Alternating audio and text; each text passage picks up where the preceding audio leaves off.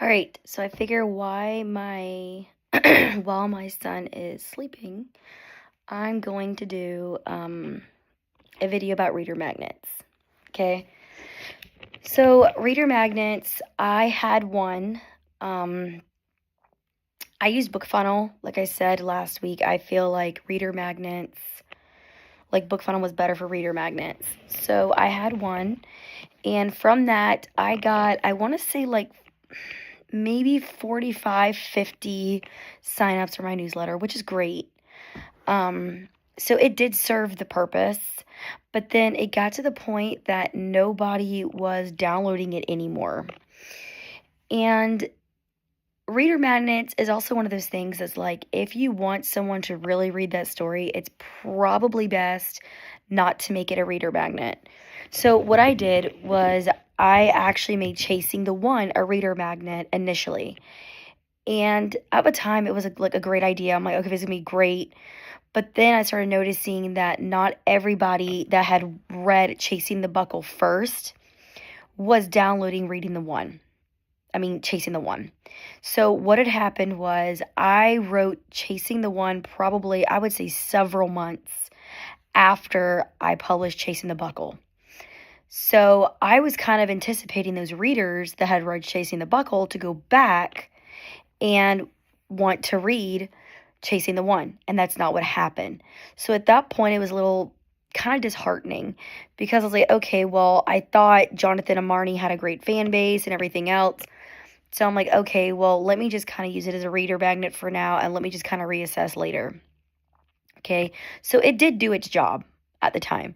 But again, if you want the readers in your book to download it, your best bet, based on my experience, is to publish it around the same time as the initial book.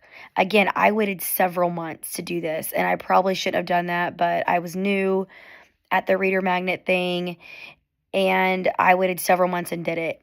If I had to do it again, I would publish probably, like, again, like I said, like within the first 2 weeks of publishing the main book. If not, have it together at the same time.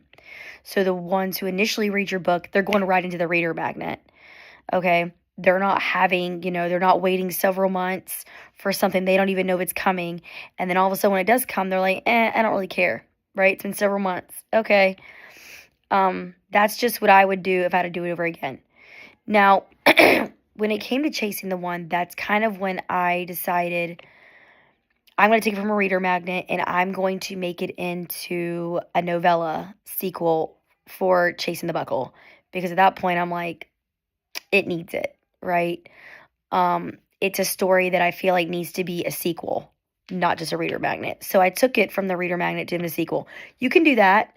Authors do that where like they'll leave it as a reader magnet for a while and they'll publish it as a sequel or whatever. I did that. I want to say that I had Chasing the One for like a reader magnet for like over a year before I transferred it to like a sequel, like a novella sequel.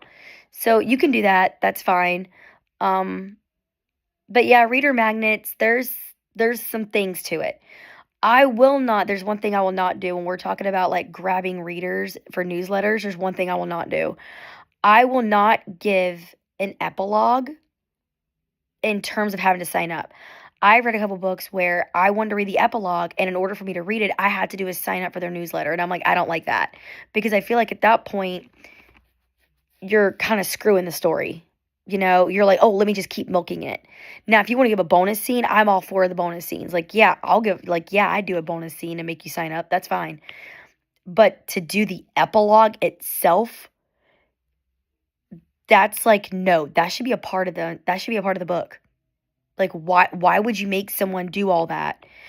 That's like what the heck? Like, what the heck? But I've read a couple books that were like that, and at that point, I was just turned off. I'm like, I went all this way, found the ending. I wanted to know more about the epilogue, and then all of a sudden it's like, oh, sign up. And I'm like, no. Mm-mm. No, no, no, no, no, no, no, no, no. So I'm going to suggest, personally, I would not give away an epilogue for a newsletter. It should automatically be included. Now, again, if you're doing like kind of like a bonus scene kind of epilogue of like what could have happened, that's one thing. But the actual epilogue itself, no. So yeah, there's a lot of different ways you can get your newsletters going. Reader Mags is a big one. Bonus scenes another one, that kind of thing. So just be very mindful kind of what you give away, because some readers might get pissed and be like, I should not have to sign up just to get this. Like, this should be a part of it. Again, bonus scenes, I'm expecting to have to sign up for that, so it's not a big deal. So it's whatever. Like, as a reader, you know, I do the same thing as an author. If I don't like it as a reader, I'm not going to do it as an author. I'm just not going to do it. Because I know what it feels like as a reader to have to go through all these different hoops. So yeah, I wouldn't, yeah. So, you know, figure out, you know, if you want to do a reader magnet to grab people for your newsletter. If you want to do bonus scenes, you can do bonus scenes. I've not done bonus scenes yet. But the one reader magnet, like I said, that I did, it was decent. It was decent. Again, I should have done it right when the book came out, because then I could have grabbed all those initial readers, and I did not do that. So do not make that same mistake that I made. Do it at the same time, if not right after. Do not wait several months, because those are a lot of readers you're going to lose, which means there's a lot of people you're going to lose on your newsletter list, on your email list, subscriber list, I mean. So yeah, just be mindful of that. Yeah. And I hope everyone had a great Christmas, and I will see you next week. We'll see what's going to happen next week, right? What we're going to talk about next week. So if you like what you're learning, you like what you're hearing, all that good stuff, don't forget to click subscribe. Bye, y'all.